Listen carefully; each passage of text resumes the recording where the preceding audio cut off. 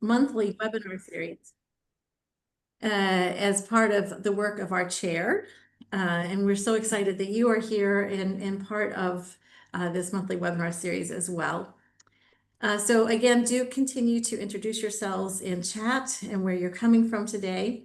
Just a little bit about our chair initially, for those who may not be familiar. So this is a UNESCO chair on intercultural competence. As I mentioned, it's being hosted here at Stellenbosch University, just outside of Cape Town in South Africa.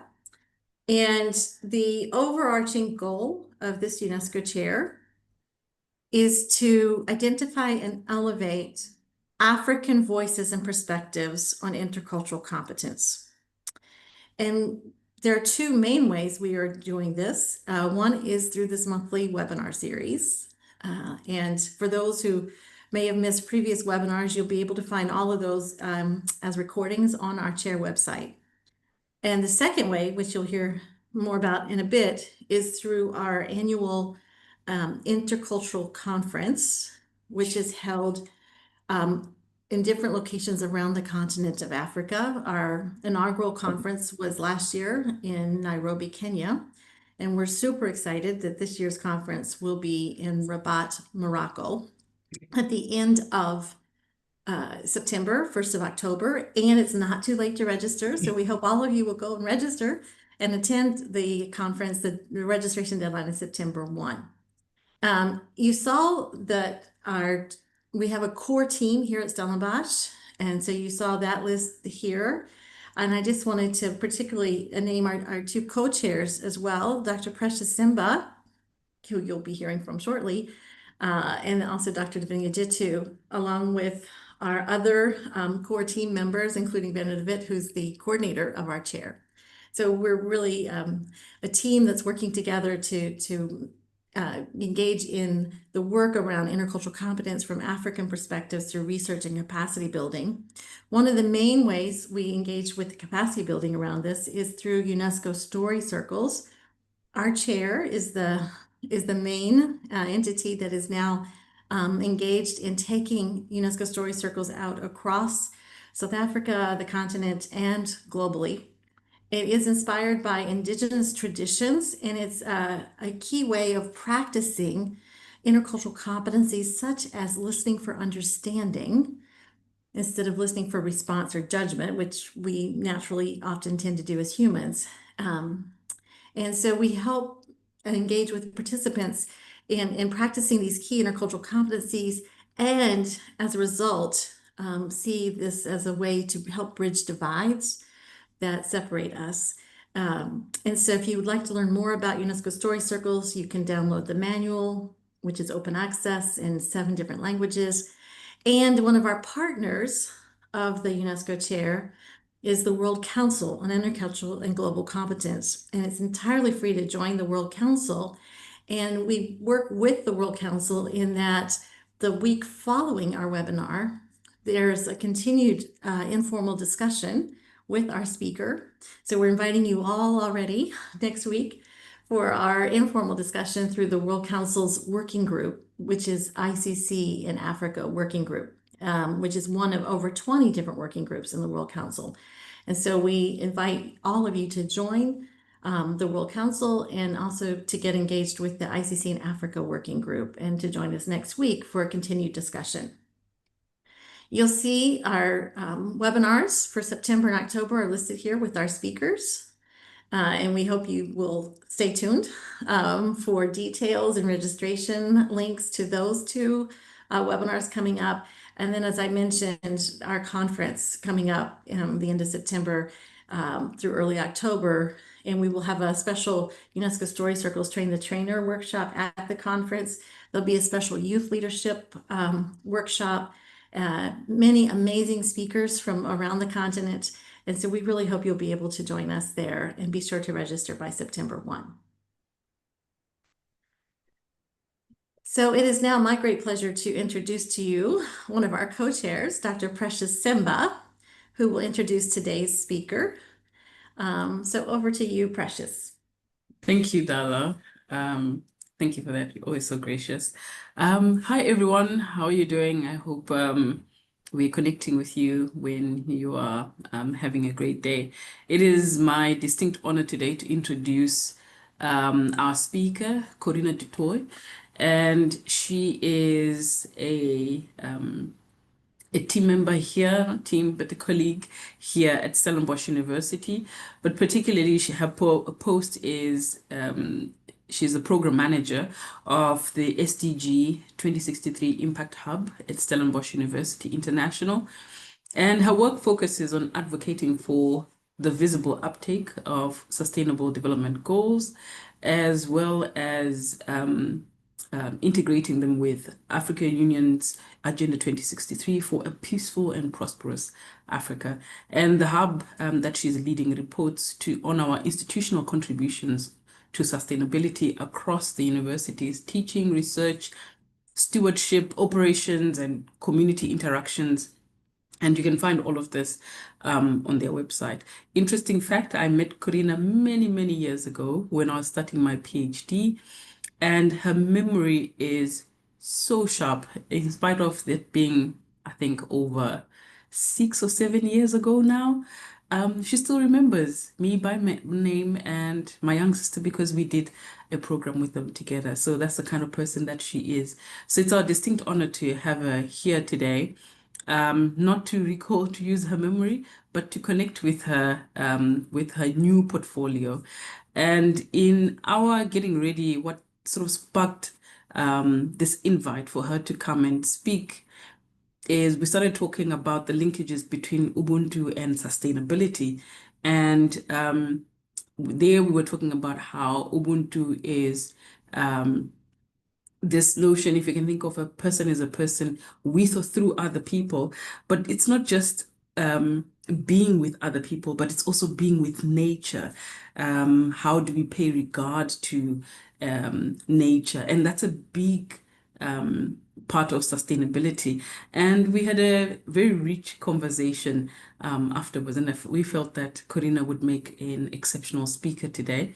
So without much further ado, I give you to our community, Corina, to take us on.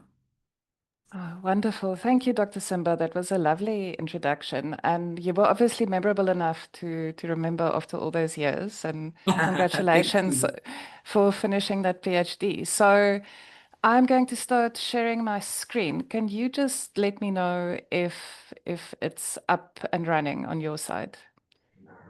Can you see my first slide? Yes, okay. So also, Dala, thank you for the gracious welcome.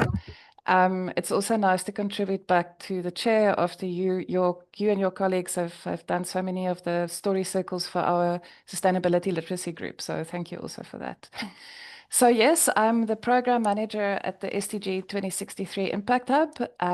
We advocate for the visible uptake of sustainability at Stellenbosch. So we really want people to talk about it. We want them to integrate it in their practices when they talk to students, when they're talking about their research. So perhaps, and we'll get to the Agenda 2030, but I was looking at the tagline, the logo and the tagline for the SDGs the other day, and it's called Leave Nobody Behind. And there was a part of me that thought, oh, maybe there's a way to integrate this with the African agenda and Ubuntu, who often is described as I am because you are. So my introduction to Ubuntu came in the mid-90s when Archbishop Desmond Tutu was setting up the Truth and Reconciliation Commission as we were moving in South Africa into a democracy. And he was using it as a healing tool. And he was saying that you cannot be a human on your own. You're a person through other people or with other people. So that there's the collective with that. Last week, we had Prof. George Mutalemwa, who also spoke about Ujamaa in Swahili in Kenya. And there's a number of concepts throughout Africa that speak about this not being a human on your own. Ujamaa speaks about kinship. Ukama in Shona in South Africa also speaks about kinship, and Arambe to tie each other together. So we started talking with Simba about how do we align Ubuntu and sustainability, and how do we highlight the synergies. And How do we look at various notions? So when I started with sustainability, I am an agri-scientist by trade, and a lot of my thinking was around environmental sustainability. And I actually had to take a massive shift to also think that sustainability is also socio and economical for the upliftment of people. Yeah, so, and then how can we use Ubuntu as a philosophical lens to deepen the understanding of intercultural competencies? So at Stellenbosch University, welcome to sustainable development at our university. When we share this website, I've hyperlinked various of the resources so you can also look at them. So hopefully by now, you might have seen the SDGs, the Sustainable Development Goals. It's 17 goals to leave nobody behind, set by the United Nations in 2015. So it had a 15-year horizon to 2030. And normally you could see it in a grid or in a circle, but I quite like the Stockholm Resilience Center. They actually call it the SDG wedding cake. And I think for me, this is a very nice stacking and representation to break things down. So basically, a lot about what we do around sustainability is how do we advance society socially and economically without impacting negatively on the environment and our planetary health. So if you look at the basis of the biosphere, we have over here life on land, life below water, and then SDG 6, water and sanitation, and SDG 13, climate action. So how do we look after Earth and our resources? How do we preserve it for our future generations to come? Then we move more into society.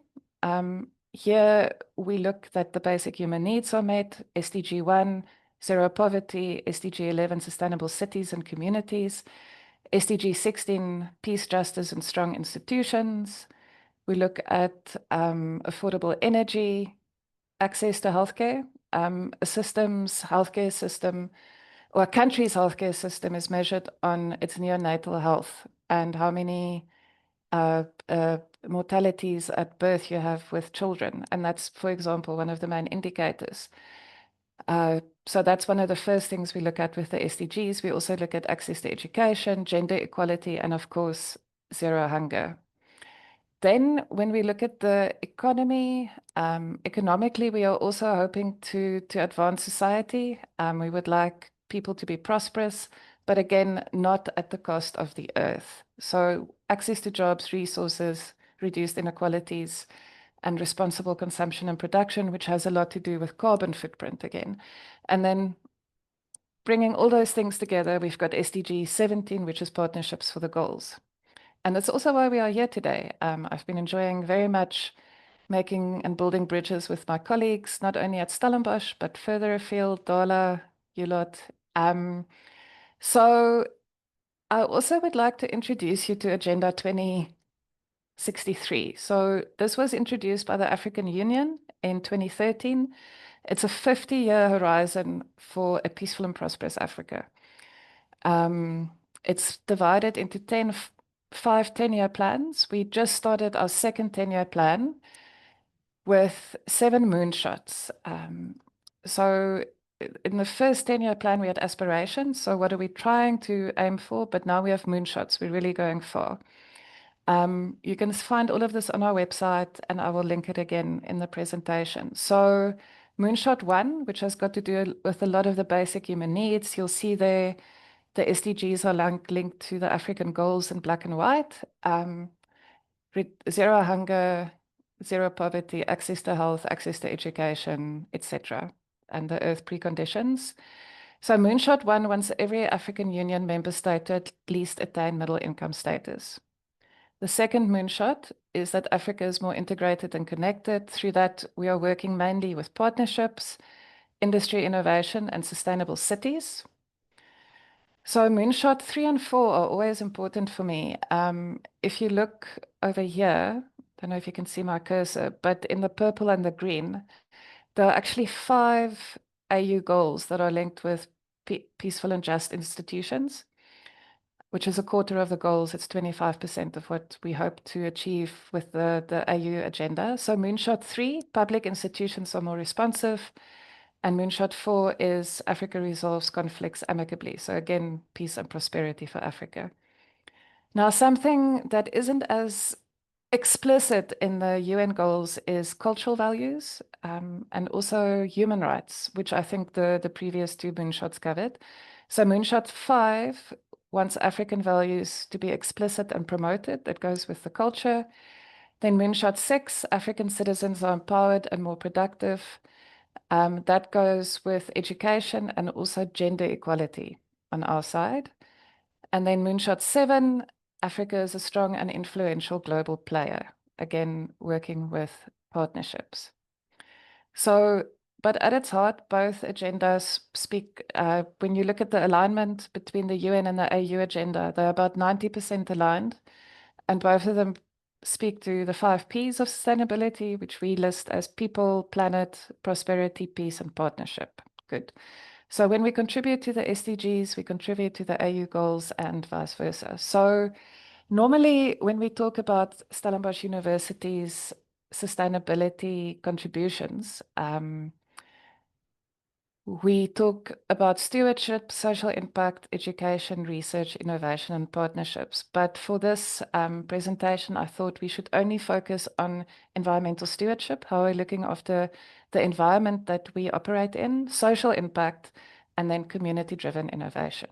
Right. So stewardship is how do we look after the environment that we operate in, where our campuses are, where our students live, etc. So this is again the bottom layer of the SDG wedding cake, the earth. So what are we doing to ensure that as a university we don't exceed the planetary boundaries of our planet? So life on land, life below water, climate action, and access to water and sanitation. And what do we do to also let our students know what their roles are? So I'm going to talk a lot to examples throughout this. So we have a wonderful Stellenbosch University's facilities management arm that specifically have a student engagement mandate. And they have a very strong student environmental sustainability plan. And with that, they look at how we can locally impact the Stellenbosch communities, our municipality, and further than just our town. So Stellenbosch is based in a historical town. It's about 40, 50 minutes from Cape Town itself. It's the second oldest town in South Africa. And so we're a mix of modern and old in our university. And our campus is very much integrated with the town. So the two always go hand in hand. So this week, in April, we've got Earth Day on the 23rd of April. We had the theme for the year was Stop Fossil Fuels. So we have several environmental student groups, and the United Nations student groups and the EcoMatis, which is the Eco Students Association, organized a cleanup. They went around campus, they were picking up trash and at the same time protesting about the use of fossil fuels, and not only for transport, but also for things like plastic production, etc. They also looked at composting at scale and the circular economy, and also trying on campus to raise awareness about practicable, tangible ways we live out sustainability. Then another favorite project of mine is we've got Jason Samuels here, Dr. Samuels in the white shirt. He finished his PhD about 2 years ago in our Department of Electrical and Electronic Engineering. And he's a fellow at our Center for Research on Sustainable Energy Solutions, CRSES. In his PhD, he focused on creating a system to measure energy in schools. We have a number of government schools in and around Stellenbosch University and the town. And through that, we'll get to our commercialization arm shortly. But he created an entire company out of his research that employs a number of people in town. They help businesses understand their energy consumption, the environmental impact, and how to optimize their energy use. Pretty soon in South Africa, we'll all need energy performance certificates. So hopefully his business will also take off. But through their research and, of course, working with the schools, they realized that there's a lot of under-resourced schools in the area. And we were having also problems at the time with load shedding, which is the country, we couldn't meet our energy demands, so we had to switch off the electricity to certain parts of the country on a schedule for 2 hours at a time, and of course it was very disruptive to the schools. So between GreenX and our Center for the Advancement of Social Impact and Transformation, we partnered with the Western Cape Education Department, and we, together with funding from Stellenbosch University, we converted their lighting and some of their electricity plugs to solar power. You can see on this image the school with the solar panels on it, and this reduced the running cost of the school by about a third, which also then allowed the school to spend money on other important aspects. Good. So that was GreenX and our environmental stewardship.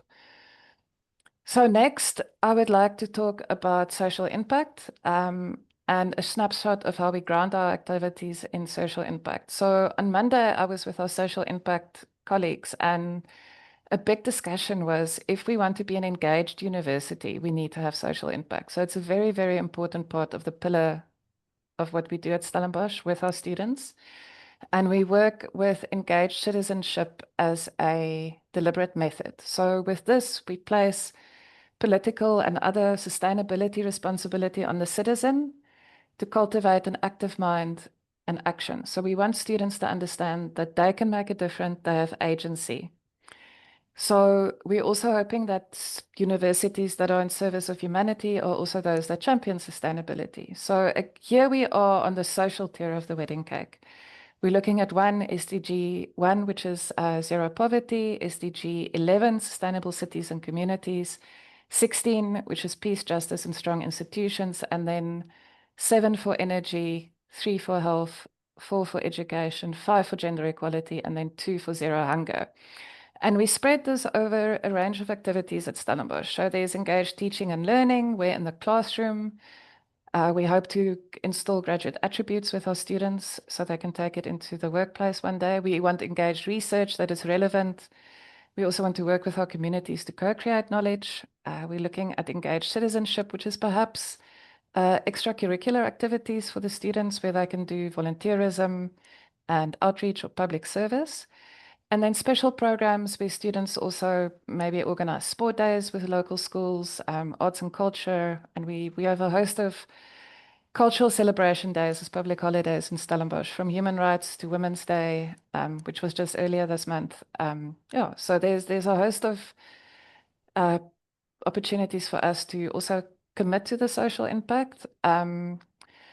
So also what is important is that social impact isn't seen as separate from teaching and research. It's an integral part of our university's running. And through this, it also helps us with our mandate to make societies more responsible.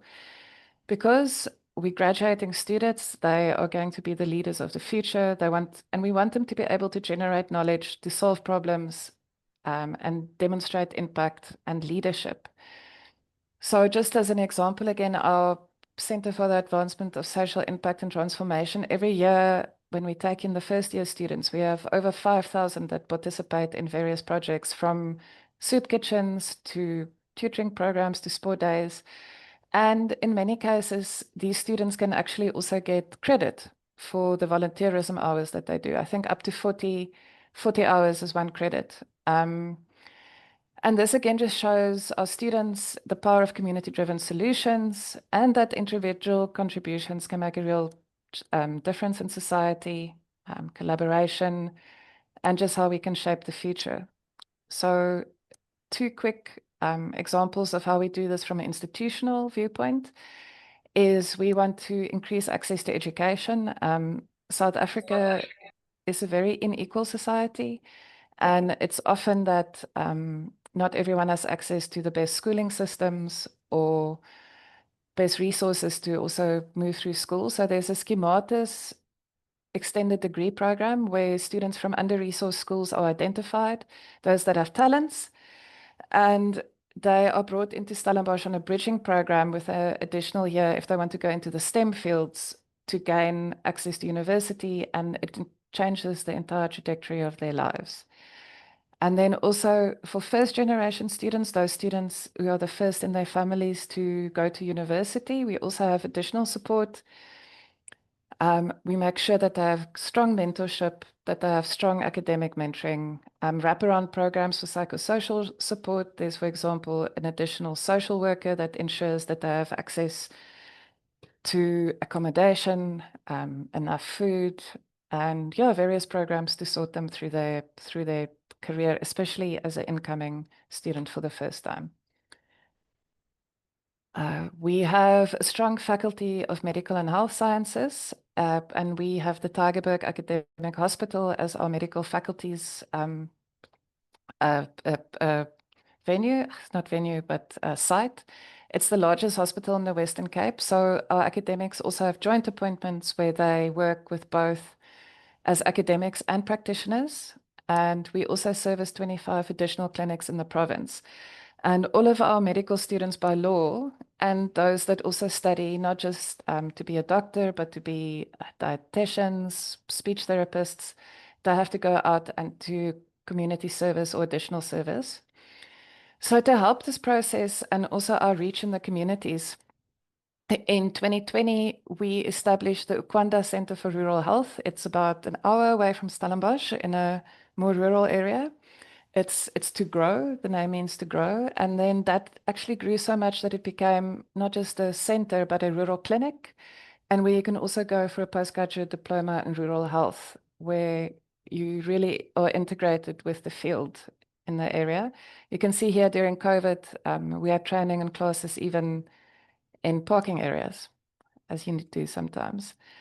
Another favorite program of mine is the Live, Listen and Learn. It's a co-curricular learning experience that we have with students. This tends to be slightly more senior students, where we are taking the curriculum to outside of the classroom, and it's to ensure social integration and also look at a diverse worldview. So oftentimes students will be from various different areas in South Africa. They'll be studying different degrees and topics, and we try and also give them tools to develop graduate attributes towards communication and emotional intelligence, leadership, diversity, awareness, and management. So every year, each house, which has maybe 10 students, will come together and they have to do an SDG related plan. Oftentimes it looks like something like tutoring or working with women's health or mental health. But this one for me in the 53 Victoria, which is the address,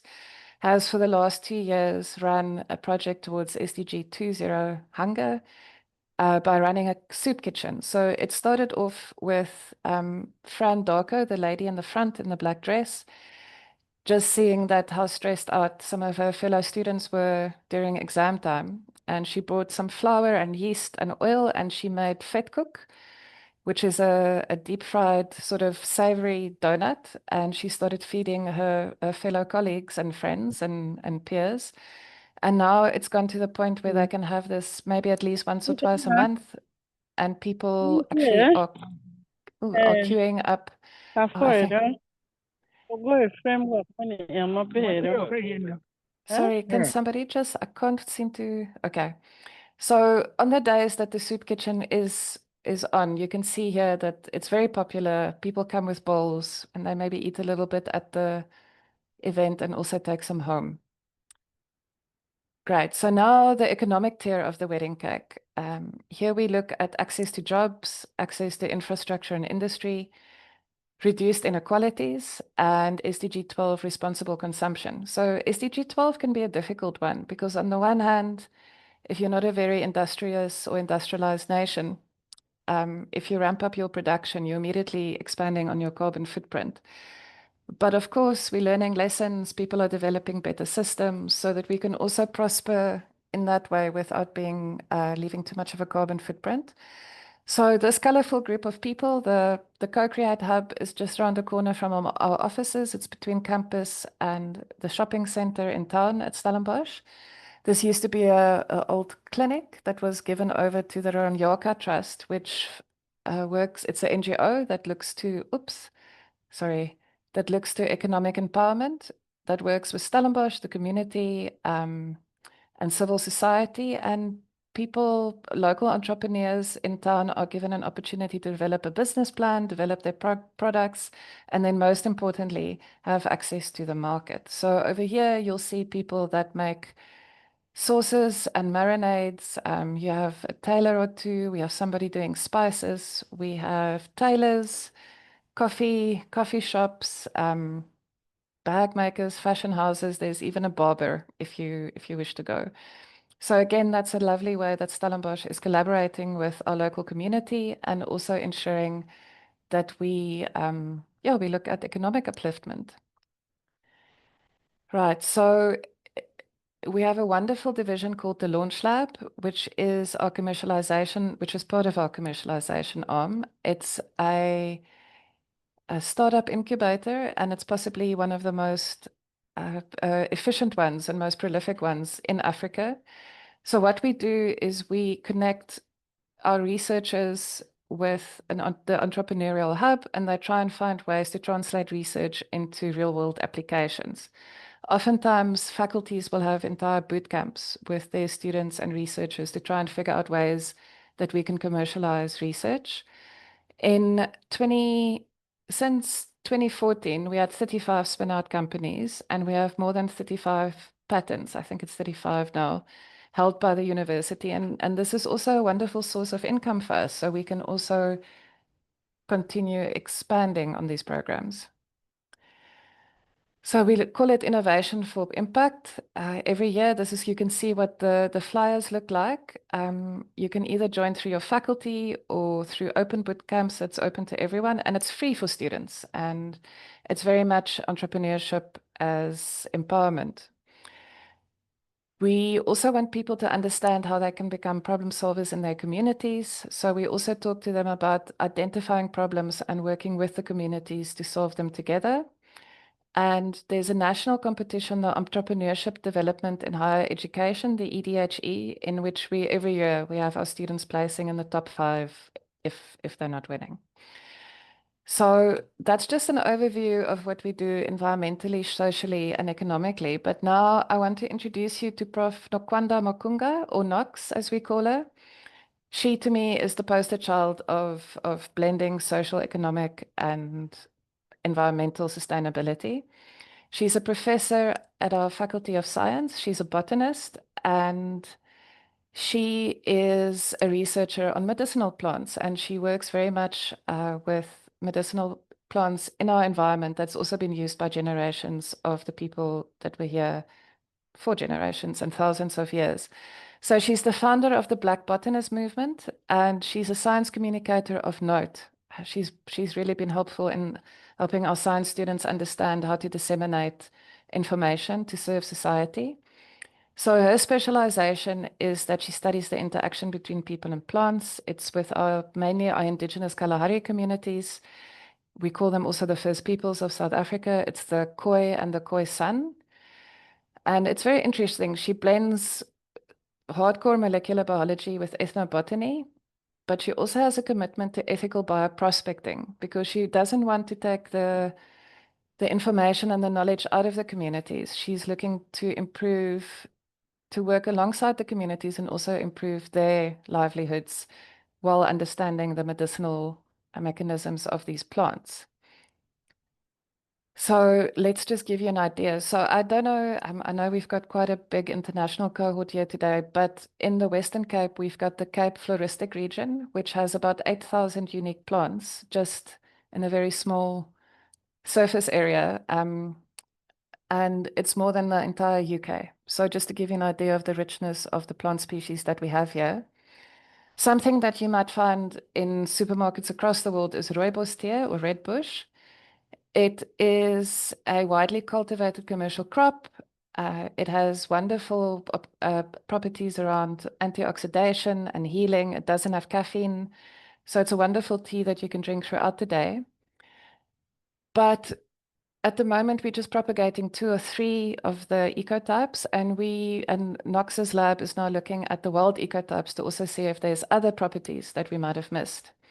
There's the hopbush or sand olive that has long been used in anti-cancer activity for breast and lung cancer cell lines, but also in its more natural form if you're not going into quite the molecular biology of it, it also is very helpful against ailments like fever, sore throat, and wounds. So we're looking at both of those. Then scalecium or canna. This is a succulent used for mood lifting and anxiety reduction, depression. And this has been almost, it's almost like things that books get written about. These plants are harvested out of the veld in a non-sustainable way. They are sold to maybe pharmaceutical companies, which has also led to some of the plants becoming quite endangered. So with this, we are also working with the Kalahari people to understand how it works, how to propagate it, so we can also set up propagation plants. So what has Knox been doing in the last year or two? She has a formal, through our commercialization arm, she has a formal benefit sharing agreement with the Sun Council in the Northern Cape, on sort of towards the border with Namibia, for the scalecium. Any product that we develop at Stellenbosch from a spin-out company, 2% of net profits will be paid back to them through our commercialization arm. But we also have an agreement for non-monetary support. So that is, for example, training and cultivation with tissue culture. So people don't have to go to the fields and harvest wild scalecium anymore. They can cultivate it on a grand scale. The university will help them with grant applications if they're looking to expand any of their own projects, and then support for growing facilities and harvesting, and all the way through to things like schools and community projects. There are other projects in the pipeline like this, where the Cape Bush doctors that are also active in the region to go to the Dodonia or the Hobbush to cultivate that, and then Pelargonium in the Amararabe kingdom. That could also in the Eastern Cape. Good. So for her work, Knox was recognized last year in 2024 for embodying SDG 9 innovation and SDG 10 reduced inequalities, as being a case study for what advancing our contributions can look like through collaboration for research and innovations.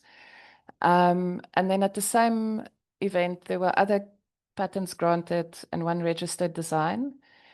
And so our science faculty, just as an aside, is the most active. We do a lot around biomedical and other technologies.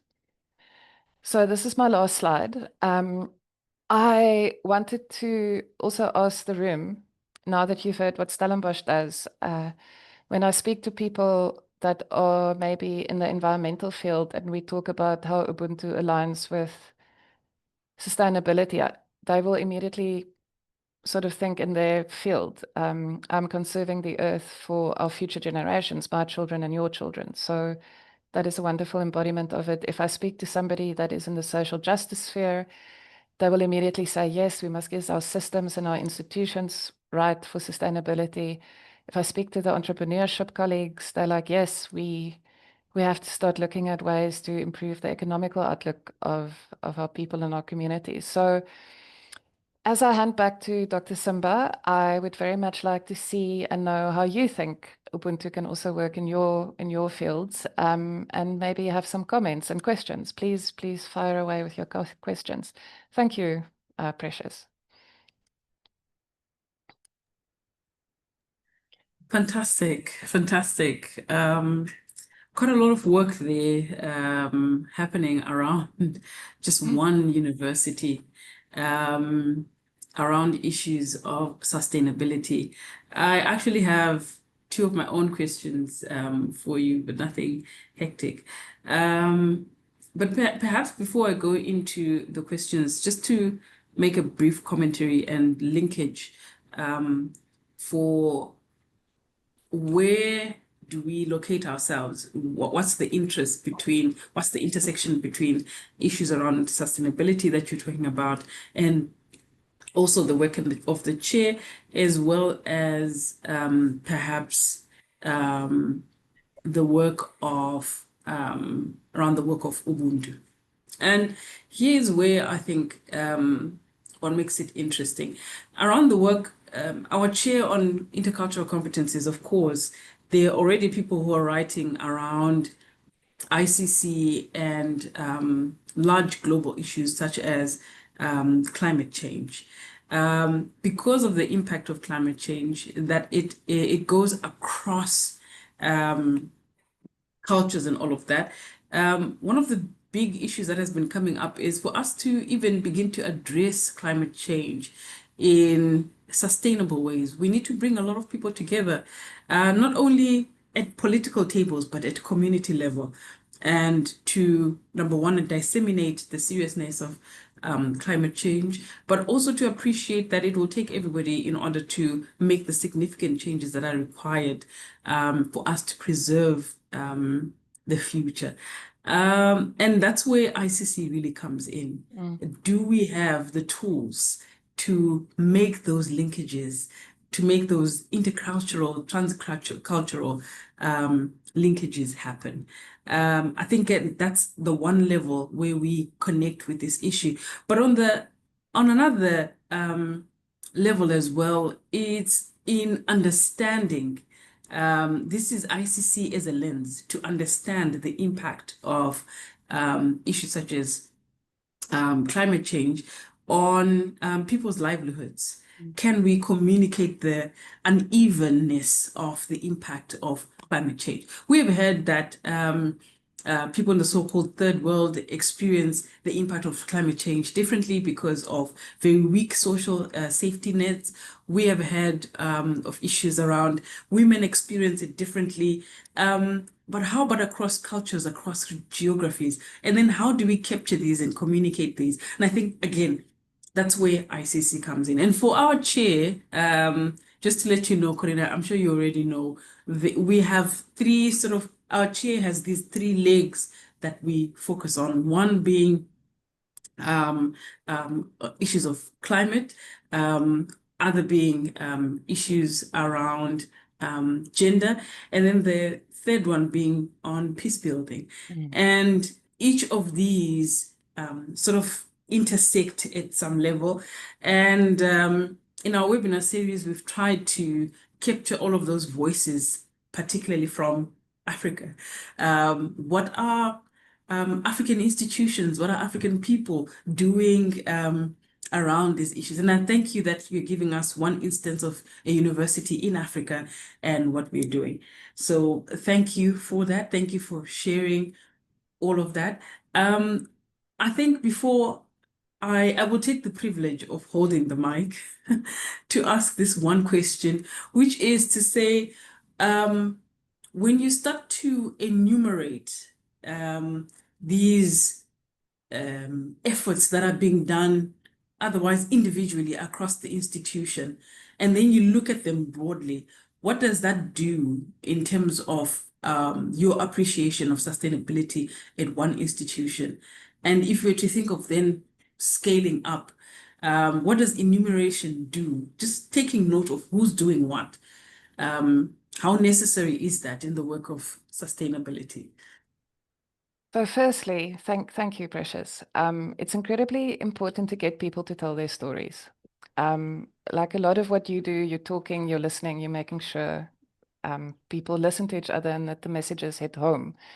Is I find people don't talk enough about the work that they do. For example, every time I was just recently Monday at the social impact offices, and I've been working with them for 3 years, and I still every day find out more amazing programs that they do towards tutoring and food and school. So I would say, firstly, I think all of us have a responsibility to understand how sustainability ties in with their own work, and then how they can start conversations in their own communities. For me, I do it through annual reporting, I do it through websites, I do it through newsletters, we do it through a sustainability course. For other people, it would look different. So having said all of that, I must say that I have a great job. I work with people that are interested in conserving the earth, they are interested in uplifting people, improving their socioeconomic outlook. There are no bad stories to tell, Precious. If you ever want to go into a gloom-free zone, is just chat to people that are passionate about sustainability. I also, part of it is a coalition of the willing. So I have found not everyone is interested in promoting sustainable development. If you say to them, please integrate sustainability in your day-to-day work, in your teaching, in your research, people are so overwhelmed.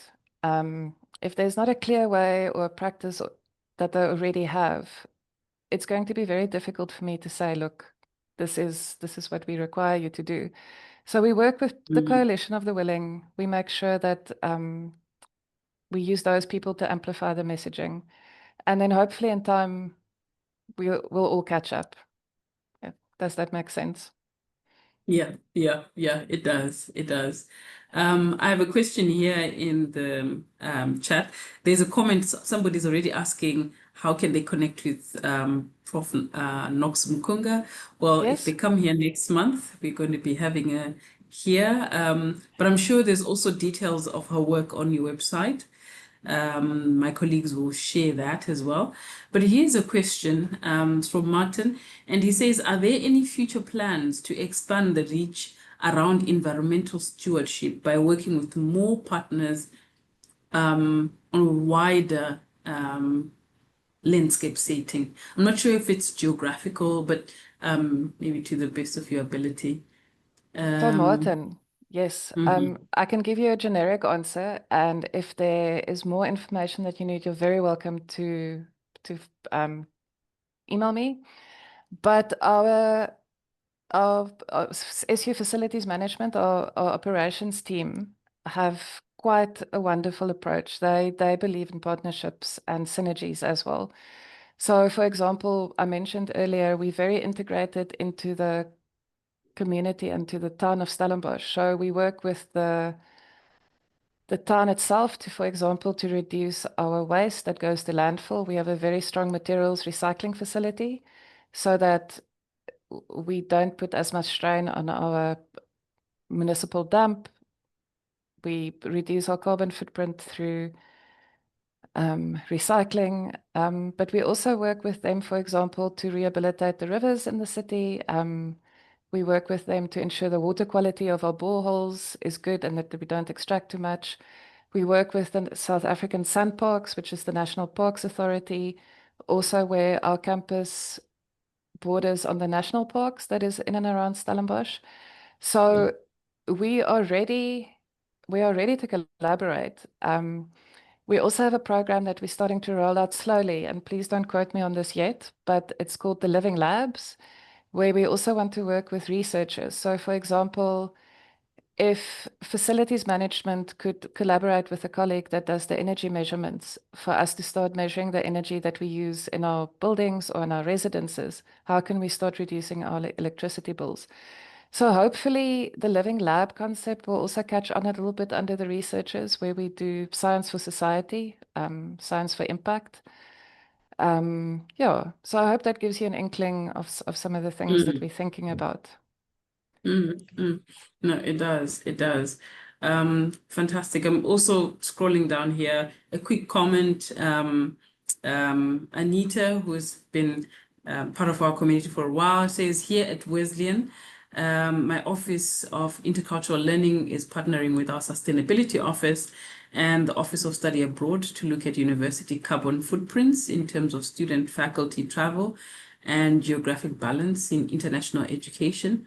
We're working with a study abroad program in Ecuador that supports indigenous communities to care for their forests. So already there's, perhaps also an opportunity to connect there. And Anita, Corina would definitely be a great connection.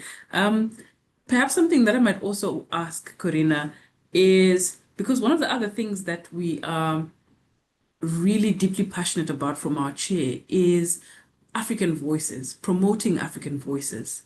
How amazing is it in your work when you have these responses? These are homegrown responses to sustainability issues. I mean, spotlighting the work like Prof. Knox Mukunga, whom we're going to have. How important, let me not say how amazing, I think I'm already letting it on because I'm crazy about her work as well. But how important is that? And how important has it been for you to focus on looking at the intersection of not just the SDGs, but their intersection with AU Agenda 2063? So AU goal 18, no, AU goal 19 or 20, again, don't quote me, is Africa takes charge of its own development. And for too long, this is maybe not a fact, but I have seen us being too dependent and not maybe proactive enough when dealing with maybe people in the global north. And there's a wonderful opportunity for us to bring African solutions and homegrown solutions to the global stage. Last year, at least now I can talk about universities that aren't Stellenbosch, but last year we had a African academic conference that looked at SDG 3, health, 7, energy, and 9, industry and innovation. And we invited colleagues from Europe, from the global north, and we invited colleagues from Africa, global south, and we asked them to bring research projects of how they contribute to energy, health, and industry. And a lot of the global north focused on here's an intervention to measure river flow or this or that or this or that, I forget. And the African colleagues all came with, we are looking, so cassava, which is a root, it's got a starchy hull. It's more in East Africa, more than South Africa. It's a carbohydrate. People in Uganda were sitting with mountains and mountains of cassava roots that were discarded. And they, at the university that they were at somewhere in Uganda, they managed to create a bioorganic concrete that is lighter than normal concrete using a powder made from the carbonized cassava roots. Where, I mean, you don't get those. You see in Africa, I think we often see a problem. We have knowledge to solve a problem. And by getting rid of cassava waste and making bioconcrete, we solve 2 problems in one go. And we should also be adamant that those projects and that research also has to find a global voice. And so we've just got to keep on, can't let people stand in our way when we bring solutions to the table. So there is, Africa must take charge of its own development, I guess is the message. Yeah. I think, and to that point, I remember when Nkosazana Zuma was AU commissioner a few years ago, one of the things that she raised and a deep concern was how there is very little collaboration amongst African countries. Even our transport networks, we are so connected to our former colonial countries than we are with each other. And what a shame it is. But she then issued a challenge, which was to say that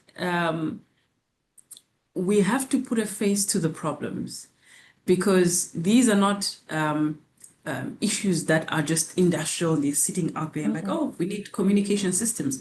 She was like, we need to put a face to the problems, because once we do that, then the change that needs to happen is not at the level of industry only, but perhaps it's speaking to what you're saying, that the innovation is very much integrated with livelihoods.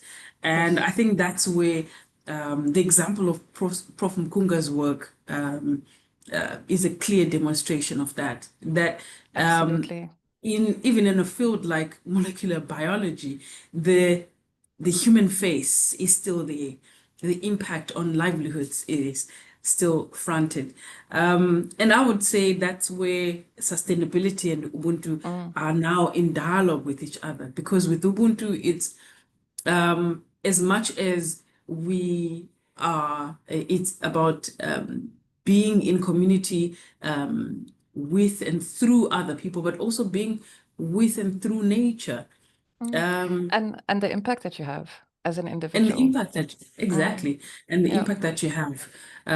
So how do you live harmoniously with others? That is, being with others, but also being with nature. How do we live harmoniously? I've heard of communities where, migrant communities, where when they move from a particular area, often the area is much greener. There is more greenery around it because they planted, they're being with community. There's another question here, and it speaks to the connection.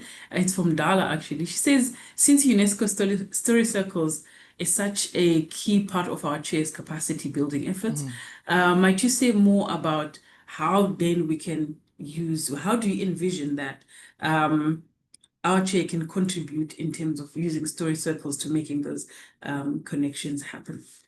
So a wonderful case study about talking internationally is we have the Future 17 SDG Challenge, where Stellenbosch University is in a global consortium.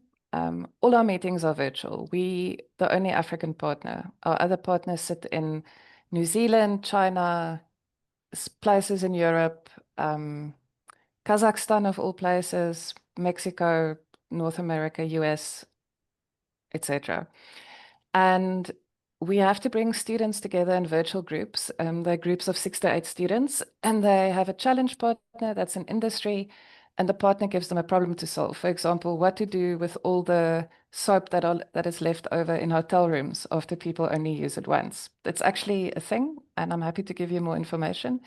So through the program, we managed to save something like 5 tons of soap going to landfill every day.